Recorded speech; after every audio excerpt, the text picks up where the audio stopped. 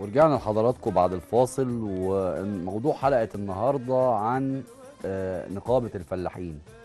الحلم اللي راود الفلاحين لكيان عشان يقدر يتكلم باسمهم ويحابي أو يدافع عن مصالحهم.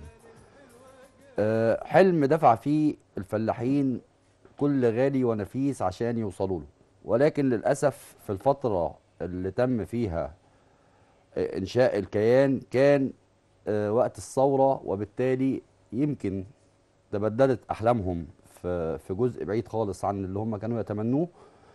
ولكن يعني تصحيح المسار كان هو الطريق اللي هم بدأوه حاليا. خلونا في الحلقة دي أرحب بضيفي الحاج مجدي أبو العيلة، نقيب فلاحين الجيزة. أهلا وسهلا بيك يا حاج اهلا مجدي. وسهلا استاذ احمد، وكل سنه وانتم طيبين والمصريين كلهم طيبين. ربنا يخليك، أهلا بيك. وخلينا نبدأ مع زميلتنا جيهان اهلا ناجح. بيك يا حاج احمد، نقيب فلاحين الجيزه، واحب حضرتك تكلمنا عن بدايه فكره انشاء نقابه الفلاحين. بسم الله الرحمن الرحيم. هو بدايه الموضوع الفلاحين كانوا بيطلبوا كيان ليهم، مش من قبل الثوره بتاعت يناير. احنا قبل الثوره، فالعصر اللي قبل الثوره طلبنا انشاء نقابه ورحنا للمسؤولين، ولكن كانت تم الرفض. وكلمنا المسؤولين وقلنا لهم احنا مش طالبين حزب سياسي، احنا طالبين ننشأ نقابة مهنية للفلاحين وأسرهم، فكان القبول بالرفض. فلما جت ثورة يناير عرفنا ان الوزير احمد برعي وزير القوى العاملة بيقبل ان في نقابات مستقلة تنشأ. فعلى طول سارعنا بان جمعنا الاخوه الفلاحين، خصصنا كل واحد في محافظته في ال27 محافظه، وكل واحد بدأ بمحافظته انه ينشأ كيان في قلب محافظته، ابتداء من الكفور والنجوع والقرى، نهايه بالمراكز ثم المحافظه. وانا مثلا عملت كده في محافظه الجيزه، قرى ومراكز والمحافظه. لما انا نشأت المحافظه كانوا زمايلي في نفس التوقيت انشأوا برضو الكيانات دي في المحافظات الاخرى على مستوى ال27 محافظه، وعلى رأسنا كان الحاج محمد عبد القادر الله يرحمه. واتجهنا الى وزاره القوى العامله للوزير احمد برعي، ووضعنا ورق النقابه وانشانا النقابه، بس نقابه مستقله.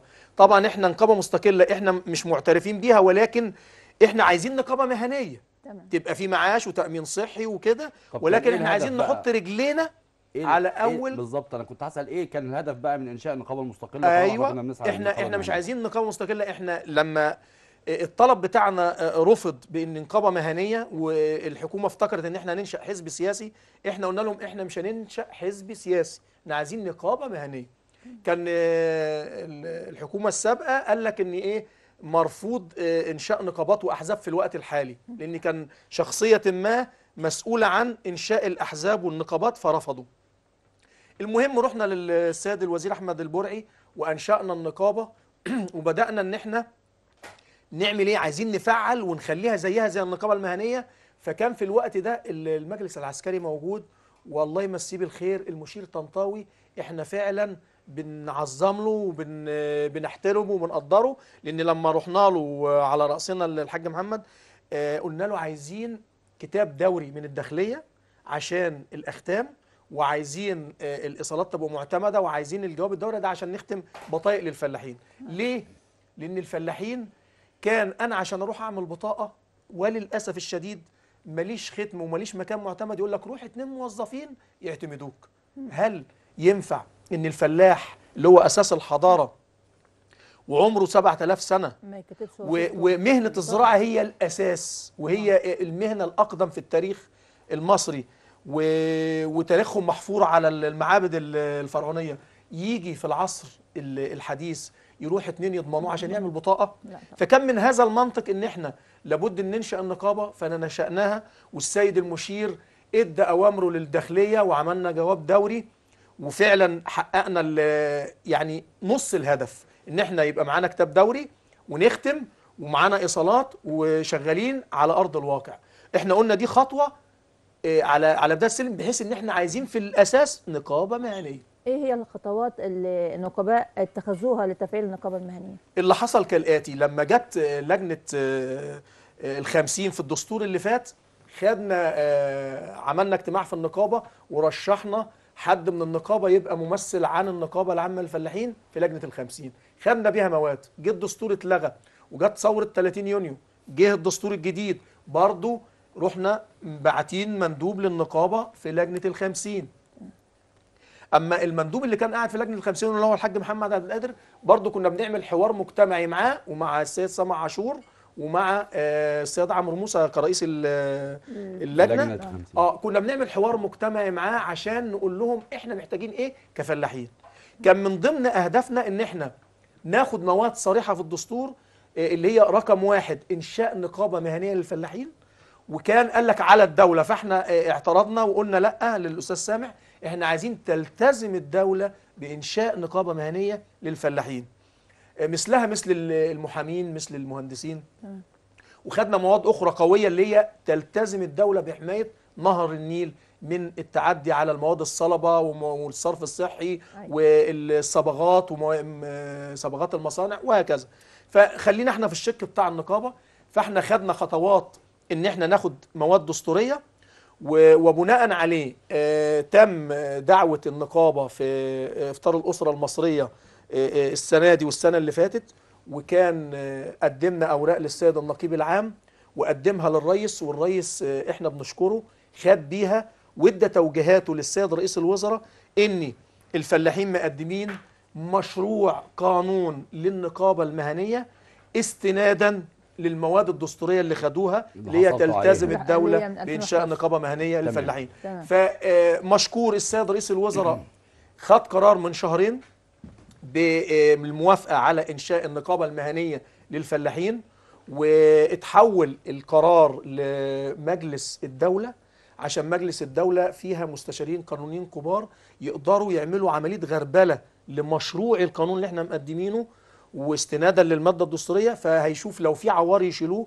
في حاجه هتضاف يضيفوها، بحيث ان ايه بعد ما هيخرج ان شاء الله للنور من مجلس الدوله هيروح لمجلس الشعب هيتناقش.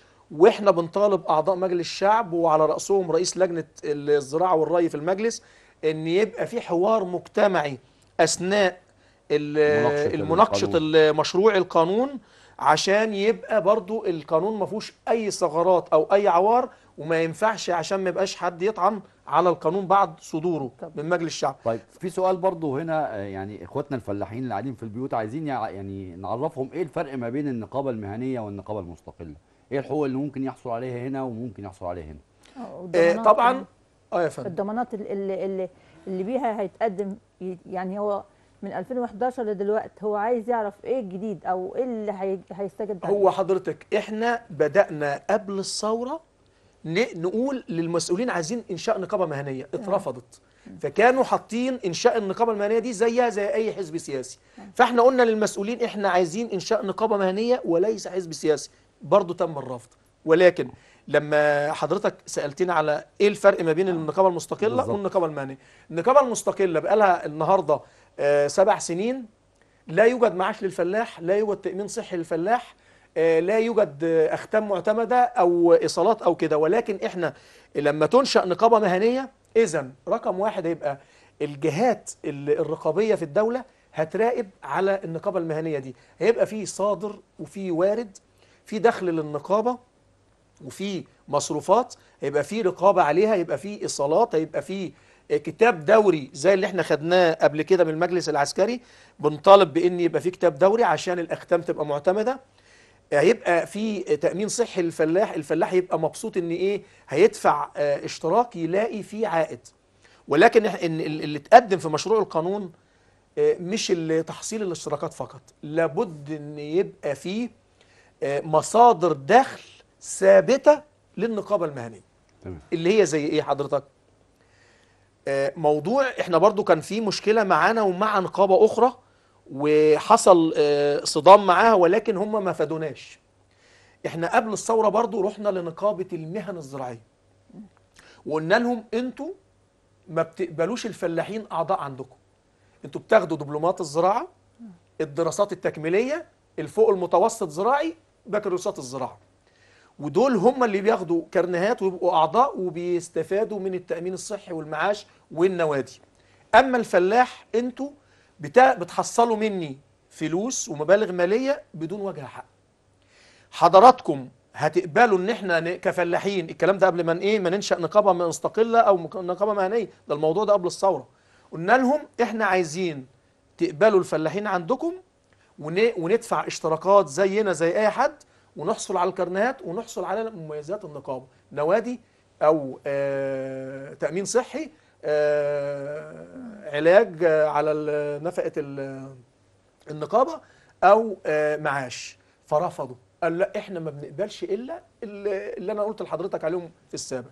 فاحنا اضطرينا ان احنا نفكر في ايه؟ في انشاء نقابه. لو هم قبلوا ان يقبلوا الفلاحين عندهم ما كناش فكرنا في انشاء نقابه من اساسه. ولكن احنا بقى بندين نقابه المهن الزراعيه في انها بتعمل ايه دلوقتي؟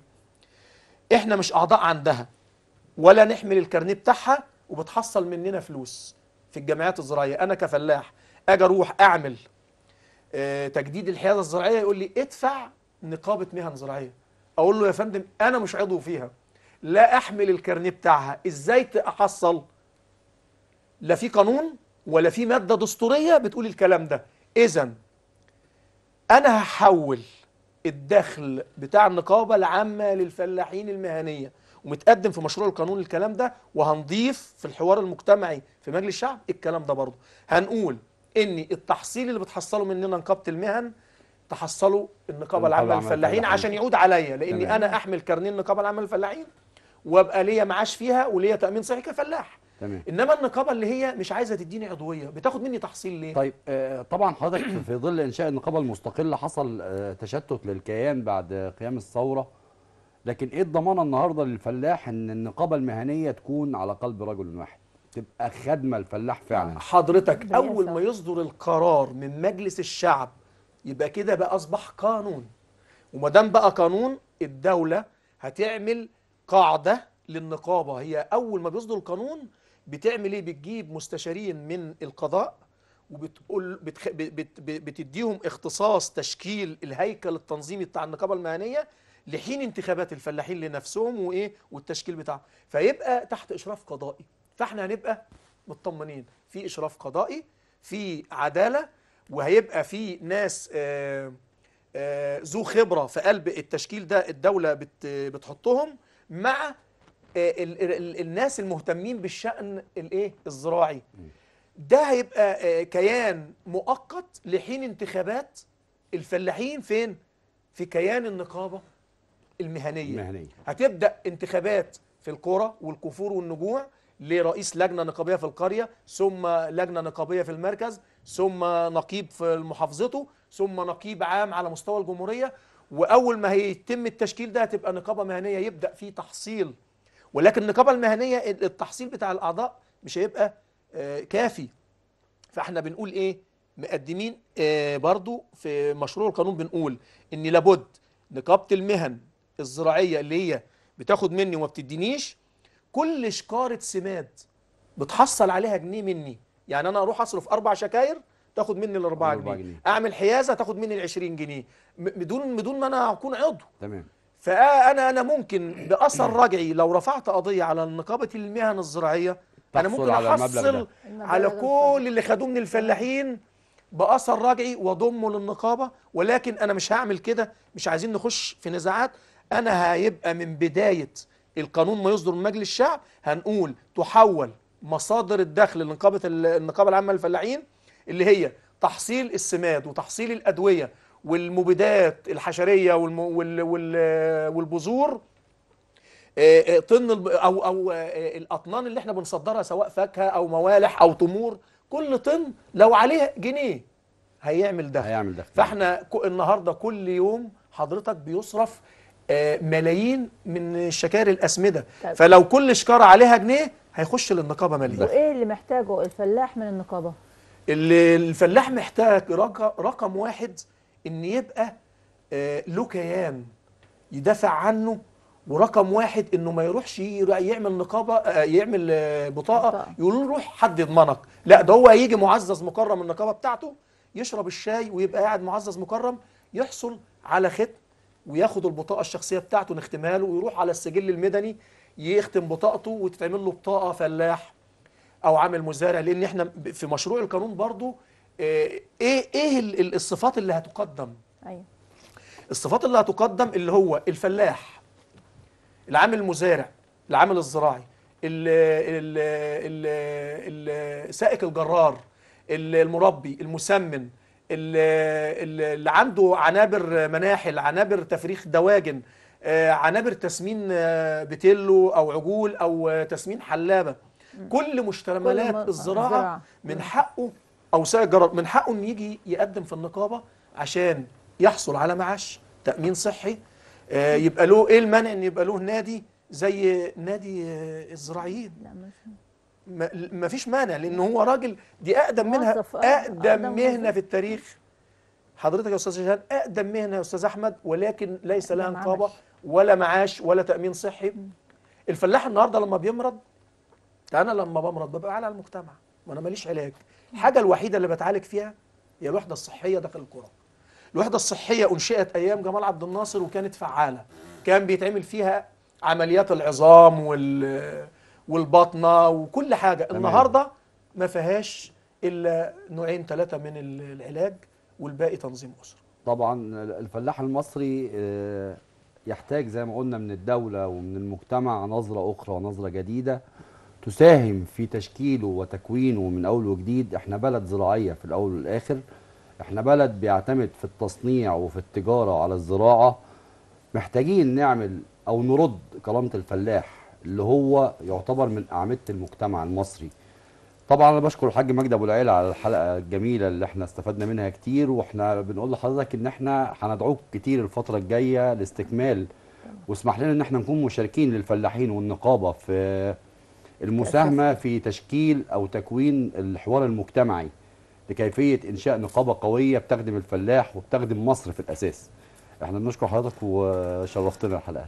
وانا بشكر قناه HC انها، وبشكر برنامج على الزراعيه بقياده حضرتك والاستاذه جيهان، انه فعلا بينقل نبض الفلاح على ارض الواقع، وبينقل رساله للتنفيذيين، وبينور لنا طريقنا، وبيعرف التنفيذي ايه مشاكلنا وايه اطروحاتنا. واحنا عايزين تعاون ما بيننا، يعني النقابه المهنيه اللي هتنشا هتبقى همزه وصل ما بين الفلاح ومشاكله وما بين التنفيذي، وان شاء الله تكون يعني بادره خير ان شاء الله. ونتمنى من مجلس الشعب انه بسرعه ينهيها عشان فعلا نحصل على معاش وتامين صحي، عشان مصر واقفه على عمودين قويين، العمال والفلاحين، ودول اساسيين في البلد. شرفتنا يا حاج مجدي. الله يخليك يا استاذ. بنشكر حضراتكم، وان شاء الله نتمنى لقائكم في الحلقه الجايه ان شاء الله في برنامج على الزراعيه، وحلقات هتكون اكثر هنقول تخصصيه في حياه الفلاح المصري عشان نقدر نساهم معاه في ان احنا نرفع عن كاهله المشاكل اللي بتواجهه. شكرا. شكرا. الأرض بتنادي علينا، يلا يا أحمد قوم يمينك